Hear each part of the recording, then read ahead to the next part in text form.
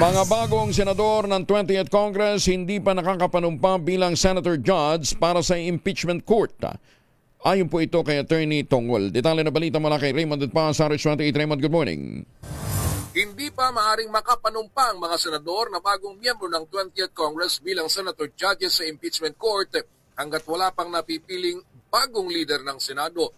Ito ang sagot ni Attorney Reginald Tongol na siyang spokesperson ng impeachment court sa kahilingan ni Senador Risa Hontiveros na panumpahin na ni Senate President Chis Escudero ang mga bagong senador sa 20th Congress. Ito ay sa katwiran na nagsimula na ang buhay ng impeachment court at nagpapatuloy pa hanggang ngayon. Paliwanag ni Attorney Tongol, kailangan mapili muna kung sino ang bagong Senate President na siyang magsisilbing presiding officer ng impeachment court. Dahil sa ngayon ay wala pang katiyakan kung may bagong SP o ma-re-elect si Senate President Chis sa 20th Congress.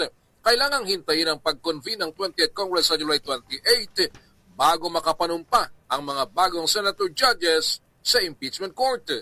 Narito ang spokesperson ng impeachment court na si Attorney Reginald Tongol. So, kailangan po natin hintayin kung kanino pong manunumpa. Ayaw po ng presiding officer na magkaroon ng question doon sa proseso or sa step na yon ng panunumpa na maaari pang ma-question at magkaroon ng legal impediments kapag nagpatuloy na po yung proseso. So, gusto ito si RH28, Raymond Dadpas para sa DCRH, una sa Pilipinas, una sa Pilipino. Maraming salamat, Raymond.